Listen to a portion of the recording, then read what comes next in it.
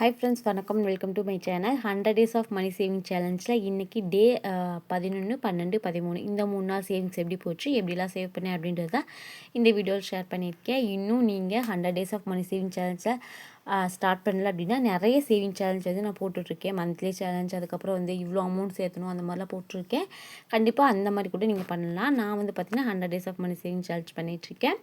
அந்த டேலுக்குண்டான ஒரு பர்டிகுலராக 3 டேக்குண்டான அமௌண்ட்டு எப்படி போட்டேன் அப்படின்றத இந்த வீடியோ ஷேர் பண்ணிக்க. ஃபஸ்ட் டைம் நம்ம சேனலை பார்க்குற மாதிரி இருந்தால் கண்டிப்பாக நம்ம சேனலை சப்ஸ்கிரைப் பண்ணி சப்போர்ட் பண்ணுங்கள்.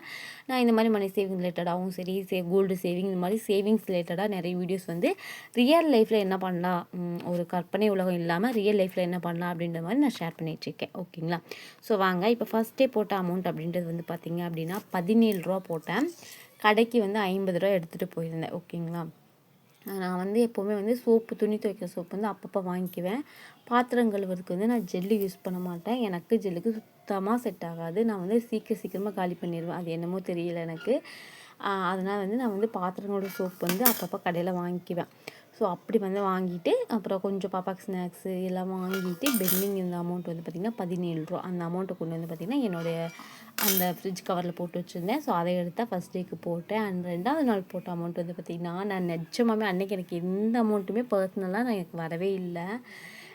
இந்த அமௌண்ட் வந்து ரொம்ப ரொம்ப டச்சிங்காக இருந்துச்சு. என்னென்னா, ஆக்சுவலி வந்து பொங்கல் வருது இல்லையா, எங்கள் வீட்டு பக்கத்து வீட்டில் இருக்கவங்க வந்து பார்த்திங்கன்னா பொங்கலை வந்து கொஞ்சம் பெருசாக செலிப்ரேட் பண்ணுவாங்க. அவங்க வீட்லேயே நியூ இயர், இந்த தீபாவளி இதெல்லாம் தாண்டி ஏன்னா அவங்க மாடெல்லாம் வச்சுருக்காங்களா, அதனால் கெஸ்ட்டெல்லாம், அதாவது சொந்தக்காரவங்க, அவங்க அண்ணன் தம்பி அந்த மாதிரிலாம் வந்து நல்லா வந்து பெருசாக செலிப்ரேட் பண்ணுவாங்க.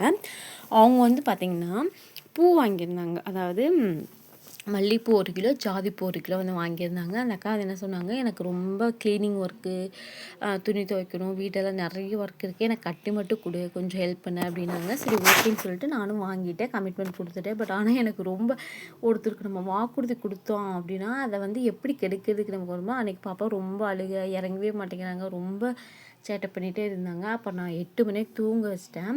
பாப்பாவை தூங்க வச்சுட்டு 9 மணிக்கு கட்ட ஆரம்பித்தேன். ஓகேங்களா? நான் கொஞ்சம் ஸ்லோ தான். இது வந்து நான் வந்து ப்ரொஃபஷ்னலாக கட்டுற ஆள் கிடையாது. நம்ம வீட்டுக்கு வச்சுக்கிற அளவுக்கு நான் கட்டிக்குவேன்.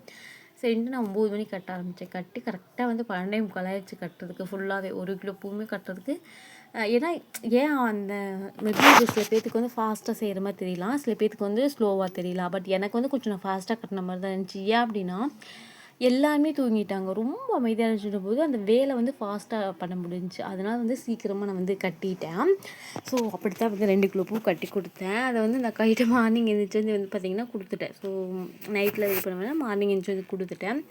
கொடுத்தோடனே அந்த அக்கா வந்து இந்த மாதிரி சொன்னேன், நைட்லாம் ரொம்ப இது பண்ணி கட்டினேங்க்கா, ஏதாவது கொஞ்சம் கூடுதல் குறைதா இருந்தால் தப்பாக நினச்சிக்காதீங்க அப்படின்னு சொல்லிட்டு நான் கொடுத்தேன். என்னால் முடிஞ்ச வரைக்கும் கட்டியிருக்கேங்க்கா அப்படின்ட்டு ஃபுல்லாக கட்டி கொடுத்துட்டேன். அவங்க வந்து சொன்னோடனே வந்து பார்த்திங்கன்னா போயிட்டு வீட்டில் போயிட்டு கொஞ்சம் பூவு, அதுக்கப்புறம் வந்து 50 ரூபா கொண்டு வந்து கொடுத்தாங்க. எதுக்குன்னு கேட்டதுக்கு இந்த மாதிரி வந்து நீ வச்சுக்கோ அப்படின்னு சொல்லி கொடுத்தாங்க.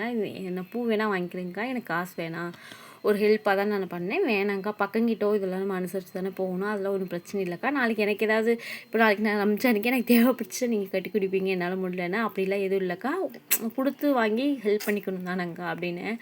ஆனால் அந்த அக்கா, இப்போ நான் கட்டினா அது வேறு, நீ கட்டினது அப்படின்றது ரொம்ப ரொம்ப இது, குழந்தைய வச்சுக்கிட்டு எனக்கு வந்து ஆப்ரேஷன் பண்ணியிருக்காங்களா, என்னால் ரொம்ப நேரம் வந்து ஸ்டாண்டர்டாக வந்து உட்கார முடியாது. கண்டிப்பாக வந்து ஆப்ரேஷன் பண்ணவங்களுக்குலாம் தெரியும். ரொம்ப நேரம் சேர்லேயோ ரொம்ப நேரம் உட்காரோம்னா கொஞ்சம் முதுகு ஒரு மாதிரி ரொம்ப வலிக்கும். ஓகேங்களா? ஸோ அந்த அக்கா அதெல்லாம் நினச்சிக்கிட்டு அவங்க வந்து கொஞ்சம் ஆக்டிவாக இருப்பாங்க. ஸோ அது வந்து பார்த்திங்கன்னா அந்த அக்கா அப்படிலாம் யோசிச்சுக்கிட்டு நீ வந்து வச்சுக்கோ அப்படின்னு சொல்லி கொடுத்தாங்க. நான் வாங்கவே மாட்டேன்னு சொன்னேன். பட் கடைசியில் ஒரு சென்டிமெண்ட்டாக ஒன்று சொன்னாங்க, காலையில் எந்திரிச்சு வந்து நீ எனக்கு பூ கொடுத்துருக்குற, நான் திருப்பி பூ காசு கொடுக்குறேன், உனக்கு இந்த டே நல்லா அமையும், நீ வாங்கிக்கோ, வேணான்னு சொல்லாத அப்படி இப்படின்னு சொல்லி கொடுத்துட்டாங்க. சரி இந்த சொன்னோன்ட்டு எனக்கு ஓகே வாங்கிக்கணும் அப்படின்ற மாதிரி தோணிடுச்சு. ஏன்னா என்னென்னமோ சொல்லி பார்த்தாங்க, அப்போல்லாம் எனக்கு வாங்கணும்னு தோணலை, காலையில் எஞ்சது கொடுக்குறேன்ல அப்படின்னாங்க. சரி ஓகேன்னு சொல்லிட்டு வாங்கிட்டேன். ஸோ அப்படி தான் வந்து இந்த அமௌண்ட் வந்து எனக்கு வந்து சேர்ந்துச்சு. அப்படி தான் வந்து அன்எக்ஸ்பெக்டான அமௌண்ட்டு தான். ஸோ அப்படி தான் சேர்ந்துச்சு.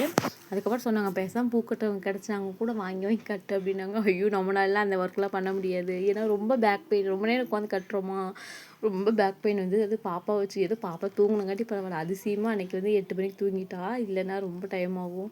அதனால அந்த ஒர்க்லாம் வேணாங்க்கா, பார்த்துக்கலாம் ஃப்யூச்சரில் அப்படின்னு சொல்லிட்டு நான் விட்டுட்டேன். ஸோ அப்படி தான் வந்து இந்த அமௌண்ட் போட்டேன். இந்த மாதிரி உங்களுக்கு சின்ன சின்ன வாய்ப்புகள் கிடச்சுன்னா அதை பயன்படுத்திக்கோங்க. உங்களுக்கு அது ஒரு லேர்னிங் தான். ஸோ அந்த மாதிரி ஓகேங்களா. அதுக்கு அடுத்த நாள் போட்ட அமௌண்ட் அப்படின்றது வந்து பார்த்திங்கன்னா ₹100 போட்டேன். இந்த ₹100 எப்படின்னா இதுவுமே வந்து நான் வந்து பார்த்திங்கன்னா 2 மாதம் 2 மாதம் 2.25 மந்த்து அந்த மாதிரி வந்து பாப்பாவுக்கு வந்து நான் பேம்பர்ஸ் வாங்குவேன் ஓகேங்களா. அதாவது பாப்பாவுக்கு 1.25 வயசு ஆச்சு. பேம்பர்ஸ் யூஸ் பண்ணிட்டு தான் இருக்கேன். பேம்பர்ஸ் வாங்குவேன். நான் ஃப்ளிப்கார்ட்டில் தான் வாங்குவேன் ஓகேங்களா. ஏன்னா எனக்கு நம்ம வந்து பேக்கெட்டில் வாங்குறது எனக்கு கட்டுப்படி ஆகாததுனால 72 பீஸ் வாங்கி நான் செட்டாக வாங்கிக்குவேன். டெய்லி பாப்பாவுக்கு நைட்டு மட்டும்தான் போடுவோம். பகலில் நான் வந்து போட மாட்டேன். ஏன்னா இப்போ அவங்க வந்தால் அவங்களுக்கு ரெஸ்ட் ரூம் வந்தால் அவங்க சொல்ல ஆரம்பிச்சிட்டாங்க. வாய் விட்டே சொல்கிறா, அவளே வந்து இது பண்ணிக்கிறா. அதனால் வந்து பகலில் தேவைப்படாது. நைட்டில் மட்டும்தான் இன்னும் அந்த கண்ட்ரோல் வரல. ஸோ அதை வந்து நைட்டில் மட்டும் யூஸ் பண்ணிகிட்ருக்கோமா. இப்போ நான் என்னென்னா 72 பீஸ் வாங்கினேன் அப்படின்னா எனக்கு கரெக்டாக 2 மாதத்துக்கு வந்துடும். எப்படின்னா ஏதாவது வெளியில் போகிற அன்றைக்கி 1, 2 யூஸ் பண்ணுற மாதிரி இருக்கும். சம்டைம்ஸ் ஒரு டைமில் வந்து போட்டுட்டதுக்கப்புறமே அவங்க வந்து ரெஸ்ட் ரூம் போயிடுவாங்க. அப்போ வேஸ்ட்டாக போகும். அந்த மாதிரிலாம் யூஸ் பண்ணும்போது 2 மாதத்துக்கு வந்துடும்ன்றதுனால கரெக்டாக வந்து ₹413 வந்துருச்சு. அந்த 72 பீஸ் ₹413 ஃப்ளிப்கார்ட்டில் போட்டிருந்தேன் ஓகேங்களா. எப்பயுமே நாங்கள் வந்து மந்த்லி வந்து ₹250 வந்து அதுக்குன்னு தனியாக ஒதுக்கிடுவோம். அப்படி ஒதுக்கும்போது வந்து இருந்துச்சு. ஸோ எங்கிட்ட வந்து சில்லற ₹13 இருந்துச்சு. 500யும் ₹13 கொடுத்து ₹100 கொடுத்தாங்க. ஸோ அதை கொண்டு வந்து உண்டியலில் போட்டுட்டேன். ஸோ நான் இப்படி தான் வந்து சேவிங்ஸ் பண்ணிகிட்ருக்கேன். அதனால் வந்து என்ன மாதிரி குட்டி பேபிஸ் வச்சுருந்தீங்க அப்படின்னா கண்டிப்பாக நீங்கள் வந்து பட்ஜெட்டில் வந்து இந்த மாதிரி நீங்கள் ஆஃபர் டைமில் வாங்குங்க பேம்பர்ஸ்லாம். ஏன்னா ஒரு பேக்கெட்டே நமக்கு வந்து ₹25 கிட்ட வந்துடுது. ஒன்று வந்து நம்ம ₹12 வாங்கி போட்டோன்னா கட்டுப்படி ஆகிறது ரொம்ப ரொம்ப கஷ்டம். அதுவும் கொஞ்சம் வளர்ந்த குழந்தைன்னா தெரியாது. ரொம்ப குட்டி குழந்தைகளாக இருந்தாங்கன்னா அடிக்கடி சுச்சு ரெஸ்ட் ரூம் போயிட்டே இருப்பாங்க. ரொம்ப கஷ்டமாக இருக்கும். ஸோ அதனால் இந்த மாதிரி நீங்கள் வந்து யூஸ் பண்ணுங்கள். கண்டிப்பாக எல்லோரும் அப்படி தான் வாங்கிட்டுருப்பீங்கன்னு நினைக்கிறேன். தெரியாதவங்களாக இருந்தால் இந்த மாதிரி நீங்கள் வாங்கி யூஸ் பண்ணுங்கள். ஒரு இன்ஃபர்மேஷன் தான். நான் வந்து இப்படி தான் வந்து யூஸ் பண்ணி இது பண்ணிகிட்ருக்கேன். பாப்பாவுக்கு வந்து இப்படி தான் வந்து பிறந்த ஒரு ஹாஸ்பிட்டல்லேருந்து வெளியில் வர வரைக்கும் மட்டும் சும்மா வாங்கணும். அதுக்கப்புறம் வந்து பார்த்திங்கன்னா ஃபுல் அண்ட் ஃபுல் வந்து 2 மந்த்ஸ்க்கு ஒன்ஸ் வந்து இன்ன வரைக்கும் ஃப்ளிப்கார்ட்டில் தான் வந்து சேம் ப்ராண்ட் போட்டுட்ருக்கோம். காட் கிரேஸில் வந்து அது வந்து பாப்பாவுக்கு செட் ஆகிடுச்சு ஓகேங்களா. அதனால் அந்த மாதிரி நான் போட்டுட்ருக்கேன். நீங்கள் இன்கேஸ் ப்ரெக்னெண்ட்டாக இருந்தீங்க அப்படின்னா ஃபஸ்ட்டு சூஸ் பண்ணும்போதே ஒரு குழந்தைக்கு வந்து ஃபஸ்ட்டு சூஸ் பண்ணி நல்லா வந்து எப்படி சொல்கிறது, நல்லா வந்து அவங்களுக்கு செட் ஆகிற மாதிரி ஸ்கின்னுக்கு எந்த பிரச்சனையும் வராத மாதிரி நம்ம பட்ஜெட்குள்ளே வர மாதிரி பார்த்து ஃபஸ்ட்டு ஒரு ப்ராண்டை வந்து செலக்ட் பண்ணி வச்சுக்கோங்க. அதையே வந்து நீங்கள் ஃப்யூச்சரில் அடிக்கடி ப்ராண்ட் மாற்றினீங்க அப்படின்னா குழந்தைகளுக்கு வந்து சம்டைம்ஸ் சேராது. அந்த இடத்துல வந்து ப்ரைவேட் பார்ட்டில் வந்து பாப்பாங்களுக்கு இச்சிங்க அந்த மாதிரி வந்துச்சுன்னா ரொம்ப கஷ்டம். அது வந்து ரொம்ப எப்படி சொல்கிறதுன்னு தெரில. அவங்களால தாங்கிக்க முடியாது, அழுதுகிட்டே இருப்பாங்க. அதனால சொல்கிறேன், வேறு ஒன்றும் கிடையாது. ஸோ என்னோடய 3 டேஸ் சேவிங்ஸ் இப்படி தான் போச்சு. உங்களோட சேவிங்ஸ் டேஸ்லாம் எப்படி போயிட்டுருக்கு அப்படின்றத கமெண்ட் பண்ணுங்கள். அண்டு நீங்கள் இந்த மாதிரிலாம் வந்து சேவிங்ஸ் பண்ணிகிட்ருக்கீங்களான்றதை கமெண்ட் பண்ணுங்கள். இல்லை நான் சொன்ன ஐடியா ஏதாவது புதுசாக யூனிக்காக இருக்கும்னு நான் நினைக்கிறேன். யூனிக்காக இருந்துச்சு அப்படின்னா கண்டிப்பாக வந்து எனக்கு கமெண்ட்டில் சொல்லுங்கள். அண்ட் அதே மாதிரி நான் இந்த மாதிரிலாம் சேவிங்ஸ் சொல்லிகிட்ருக்கேன்ல, காய்கறி வாங்க அது இதுன்னு சொல்லிகிட்ருக்கேன்ல, அந்த மாதிரி நீங்கள் ஏதாவது யூனிக்காக பண்ணுறீங்களா அப்படின்ற சொல்லுங்கள். அதாவது வீட்டிலையே நம்ம பண்ணுறதுல வந்து இதில் கூட சேவிங் பண்ணலாங்க்கா, இதில் கூட நீங்கள் ஒரு ₹20 சேவிங் பண்ணலாம், இல்லை ₹10 கூட நீங்கள் எடுத்து வைக்கலாம் அப்படின்ற மாதிரி ஏதாவது நீங்கள் பண்ணிவிட்டு இருந்தீங்க அப்படின்னா எனக்கு கமெண்ட்டில் சொல்லுங்கள். ஏன்னா எனக்கு தெரிஞ்சு நான் ஏதாவது விட்டுருக்கேனான்னு தெரில. ஏதாவது இந்த எப்படி சொல்கிறது யூனிக்காக இருக்கிற மாதிரி சொல்லுங்கள். இதில் கூட நீங்கள் ஒரு ₹20 சேவ் பண்ணலாங்க்கா, ₹5 கூட பரவாயில்ல சொல்லுங்கள், நான் அதை ட்ரை பண்ணி பார்க்குறேன். இந்த வீடியோ உங்களுக்கு பிடிச்சிருக்குன்னு நினைக்கிறேன். வீடியோ பிடிச்சிருந்தா வீடியோக்கு லைக் கொடுங்க, மறக்காம நம்ம சேனல் சப்ஸ்கிரைப் பண்ணிக்கோங்க. கூடவே பெல் ஐக்கானே கிளிக் பண்ணிக்கோங்க. அண்ட் ஒரு சின்ன இன்ஃபர்மேஷன் மட்டும் நான் சொல்லிக்கிறேன் உங்களோட ரெக்வஸ்ட் படி. சேவிங்ஸ்க்காக வீடியோ பார்க்குறவங்களா இருந்தால் இதோட முடிஞ்சு அவ்வளோதான். என்னென்னா நம்மளோட ஹெர்பல் ஹேர் ஆயில் வந்து இப்போ வந்து ஃபர்ஸ்ட் பேஜ் வந்து ரெடி பண்ணிகிட்ருக்கேன். நான் எப்போவுமே ஆயில் ரெடி பண்ணி 2 டேஸ் வந்து 48 ஹவர்ஸ் வந்து ஊற வச்சுருவேன்.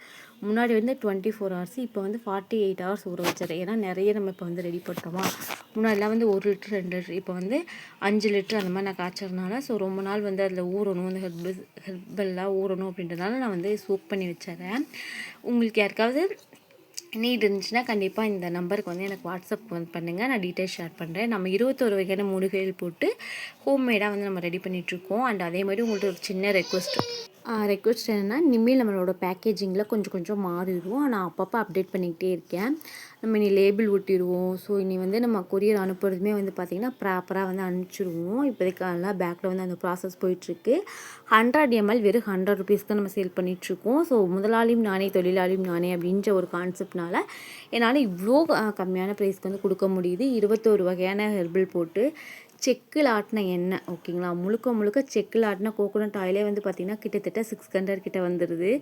ஸோ அவ்வளோ பண்ணி எஃபர்ட் போட்டு வெறுமனே கம்மியான லாபம் வச்சு நான் வந்து சேல் பண்ணிகிட்ருக்கேன். உங்களுக்கு யாருக்காவது தேவை இருந்துச்சுன்னா கண்டிப்பாக சொல்கிறேன். உங்களுக்கு வந்து முடி ரீக்ரோத்தும் சரி, ஹேர் ஃபால் கண்ட்ரோல் பண்ணுறதுலேயும் சரி, டேண்ட்ரஃபு, புழுவெட்டு, அதுக்கப்புறம் வந்து பார்த்திங்கன்னா முடி வந்து கிரே ஹேராக இருக்குது அப்படின்னாலும் தொடர்ந்து நம்ம ஆயிலை யூஸ் பண்ணுங்கள். கண்டிப்பாக ரிசல்ட் கிடைக்கும். 1லேருந்து ஒரு 3 பாட்டில்னாவது யூஸ் பண்ணுங்கள். அப்போ தான் உங்களுக்கு ரிசல்ட் கிடைக்கும். ஃபஸ்ட்டு ஆர்டர் பண்ணும்போதே 250 ml வாங்கிட்டீங்க அப்படின்னா ரிசல்ட்டை வந்து நீங்கள் ஈஸியாக பார்த்துடலாம், சீக்கிரமாக பார்த்துடலாம். ஏன்னா 250 mlன்றது உங்களுக்கு எப்படி ஒரு 45லேருந்து 2 months வரும். அப்போ வந்து நீங்கள் கண்டினியூஸாக யூஸ் பண்ணுவீங்க. அதனால் வந்து ரிசல்ட் வந்து சீக்கிரமாக தெரியும். நீட் இருந்துச்சுன்னா கண்டிப்பாக வாட்ஸ்அப் பண்ணுங்கள். Tata bye, see you, take care.